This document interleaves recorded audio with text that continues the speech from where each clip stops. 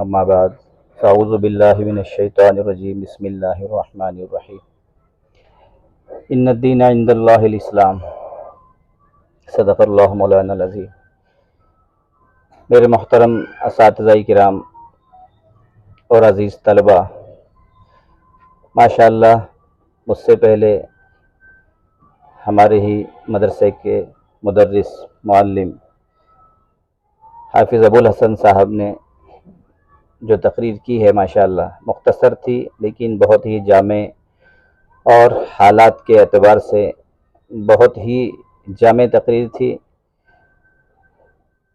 جن الفاظ میں مختصر الفاظ میں سب کچھ بیان کر دیا۔ اللہ ان کے علم میں عمل میں برکت دے۔ اسی طرح اس کے بعد ہمارے حضرت مولانا محمد الیاس صاحب نے بھی جو تقریر کی، وہ تاریخ، مسلمانوں کا کردار، مسلمانوں کو جو نشانہ بنایا گیا اس میں کس کا حصہ زیادہ ہے، کس کا کردار زیادہ ہے، عوام کے ساتھ ساتھ علماء کرام جو میدان جنگ میں اترے ہیں اس پر مختصر سی روشنی ڈالی گئی، لیکن وہ مختصر روشنی کے اندر ہی پتہ چل گیا کہ مسلمانوں کا کردار یا مسلمانوں کا حصہ نہیں بلکہ مسلمانوں نے ہی اس کو آزادی دلائی ہے، یہ محسوس ہوا ہے۔ ماشاءاللہ مختصر باتیں ہوئیں لیکن بہت ہی جامع باتیں ہوئیں، کامل باتیں ہوئیں۔ اللہ ان کو بھی جزائے خیر دے، اللہ ان کے علم میں عمل میں برکت دے۔ اب مجھے تو کوئی بات نہیں کرنی ہے، مجھے تو صرف اتنا جنگ آزادی سے متعلق صرف ایک بات یہ بتانی ہے کہ مسلمانوں نے جو جنگ آزادی لڑی ہے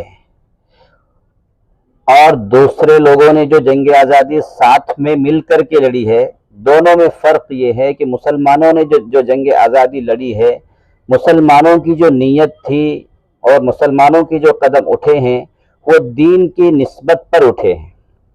جب شاہ عبدالعزیز رحمۃ اللہ علیہ نے فتویٰ دیا کہ ہم غلام ہو چکے ہیں، ہمارے ملک پر دوسروں کا قبضہ ہو چکا ہے، اب ہر ایک مسلمان کے لیے فرض ہو چکا ہے کہ وہ جہاد میں شریک ہو جائے۔ ہم نے اس جنگ آزادی کو صرف سیاست کا مسئلہ نہیں لیا یا حکومت بنانے کا مسئلہ نہیں لیا، بلکہ سب سے بڑی جو ہماری نیت تھی وہ نیت تھی دینی اعتبار سے کہ ہم غلام بنائے جا چکے ہیں اور مسلمان کبھی بھی غلام بنایا نہیں جا سکتا رہیں گے۔ ہمارے علماء کرام نے اپنی جانوں کی قربانیاں دے کر کے، اپنے بچوں کو یتیم کر کے، حالات سہ کر کے، کالا پانی جیل میں جا کر کے اور بھی انگریزوں کی ظلم و ستم سہ کر کے اس دیش کو بہرحال کسی بھی قیمت پر دینی نسبت پر ہم نے آزاد کرایا ہے۔ اس لیے کہ فتویٰ جو ہمارے یہاں نکلتا ہے وہ سب سے آخری چیز ہوتی ہے، اب اس کے بعد عمل کرنا ہی باقی رہ جاتا ہے۔ فتوے کے بعد جو ہوتا ہے اس سے پہلے ترغیبیں چلتی رہتی ہیں، ایسا کہتا ہے اچھا، ایسا کہتا ہے اچھا، لیکن جب فتویٰ نکل جاتا ہے پھر ہر مسلمان کے لیے فرض ہو جاتا ہے، اس پر عمل کرنا ضروری اور واجب ہو جاتا ہے۔ اسی اعتبار سے ہمارے علماء کرام نے شاہ عبدالعزیز رحمۃ اللہ علیہ کے فتوے پر عمل کیا اور اس دیش کو آزاد کرا کے رہا۔ بعض لوگ یہ بھی کہتے ہیں کہ اب سے، جیسے کہ ایک واقعہ نقل کیا جاتا ہے کہ انگریز کے دور میں جب انگریز یہاں حکومت کر رہا تھا تو بھگت سنگھ نے پارلیمنٹ پر بم ڈال دیا کہ یہ لوگ باہر سے آئے ہوئے ہیں، ان کو بھگانا ہے یہاں سے انگریزوں کو۔ جب بم ڈالا گیا تو نقصان بھی ہوا کافی، لیکن وہ گرفتار ہو گئے۔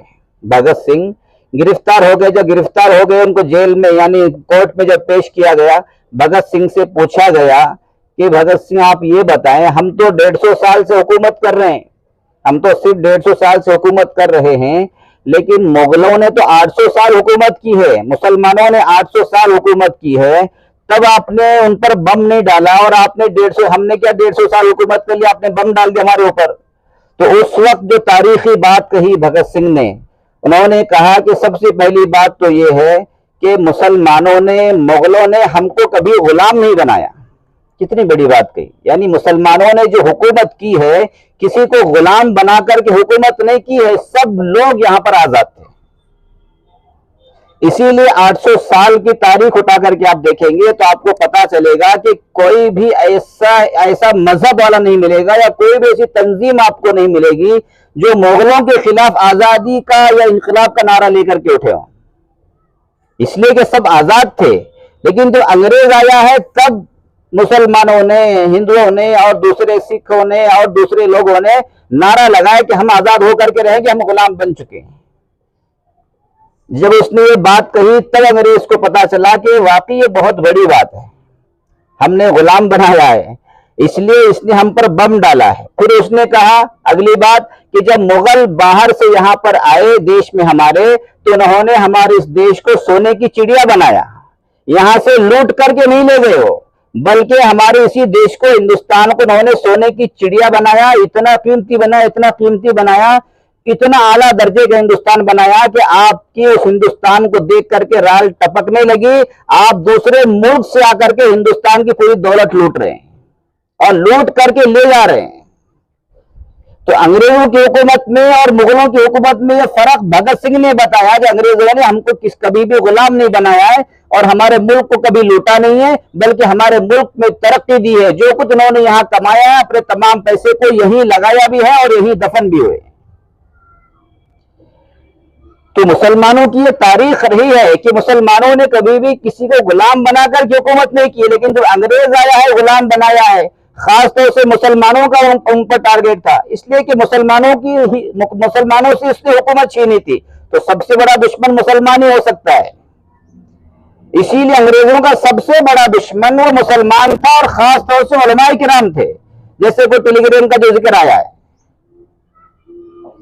اسی لیے علماء کرام نے اس دیش کی خاطر بہت قربانیاں دی ہیں, بہت زیادہ, سب سے زیادہ قربانیاں علماء کرام نے ہی دی ہیں. اسی لیے ہم جو آتے ہیں ہم علماء کرام ہی کے طبقے سے آتے ہیں.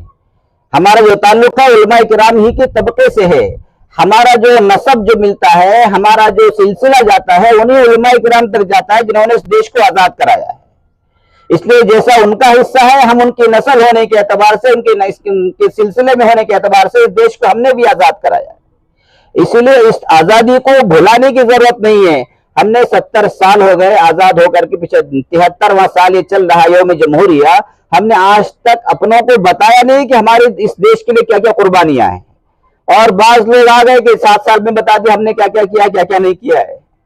یہ ہمیں بھی سمجھنا چاہیے کہ ہمیں اپنی تاریخ کو, اپنی اولادوں کو, اپنی نسلوں کو بتانا چاہیے. اپنے گھروں میں, اپنے رشتہ داروں میں, دیش واسیوں کو بتانا چاہیے کہ مسلمانوں نے اس دیش کو آزاد کرایا ہے, اور ساتھ میں ہندو بھائیوں, سکھ بھائیوں کو لے کر کے آزاد کرایا ہے. ہم اس معاملے کے اندر, جنگ آزادی کے معاملے میں ہم پہلی صف کے سپاہی ہیں. ہم پیچھے رہنے والے نہیں ہیں, بلکہ پہلی صف کی لیڈرشپ ہم نے کی ہے. اس لیے اس چیز کو بتانے کی ضرورت ہے, خوب کھول کر کے بتانے کی ضرورت ہے, بغیر ڈر کے بتانے کی ضرورت ہے. اس لیے کہ جو تاریخ اپنی تاریخ کو بتاتی نہیں یا اس کو بچاتی نہیں اور اس کو یاد رکھتی نہیں, وہ قوم دنیا سے مٹ جاتی ہے. اس لیے مسلمان قوم کو اللہ تعالیٰ نے بہت ہمت, جرأت اور قوت دی ہے اور مردانگی دی ہے. اسی لیے انہوں نے انگریز جیسی قوم کو یہاں سے بھاگنے پر مجبور کیا ہے.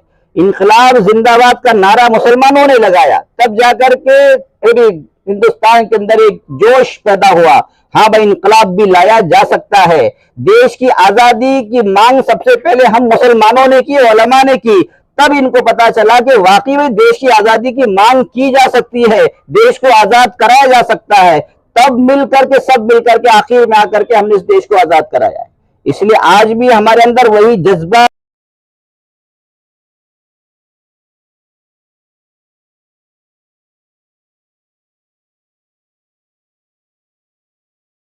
مقابلہ کرتا ہے, وہ ایمان کی علامت ہے. یہ نہیں کہ ذرا آوازیں چلی, یعنی ہوائیں چلی تو پیڑ گر گیا, وہ کوئی پیڑ نہیں ہے, بلکہ پیڑ تو بس زیادہ زیادہ ہل سکتا ہے لیکن گر نہیں سکتا. ایسی صفات مسلمانوں کی ہے. آج نہیں, 1400 سال سے مسلمانوں نے دنیا کے حالات کو سنوارا ہے, دنیا کے حالات کو نبھایا ہے, اور انہیں اپنے بل بوتے پر, یہاں تک کہ ایسے ایسے حالات دنیا پر آئے ہیں, مسلمانوں پر آئے ہیں, اس موقع پر بھی مسلمانوں نے ہمت نہیں ہاری ہے. اس لیے ہمیں اس یوم جمہوریہ کے موقع پر جو ہمیں قانون دیا ہے ہمارے بڑوں نے, جس میں خاص طور سے ہمارے امبیڈکر صاحب ہیں جو اس کے صدر تھے اس کمیٹی کے, انہوں نے ان کی پوری جماعت اور پوری کمیٹی کی طرف سے جو پورے دیش کو جو قانون دیا ہے, جو بہت بڑا, بلکہ دنیا کا سب سے بڑا سنویدھان ہے, دنیا کا سب سے بڑا قانون ہے, وہ جو ہم کو دیا گیا ہے, اس قانون کے تحت آج کے دن یعنی 26 جنوری کے دن دیش کو چلایا جانا شروع ہوا ہے.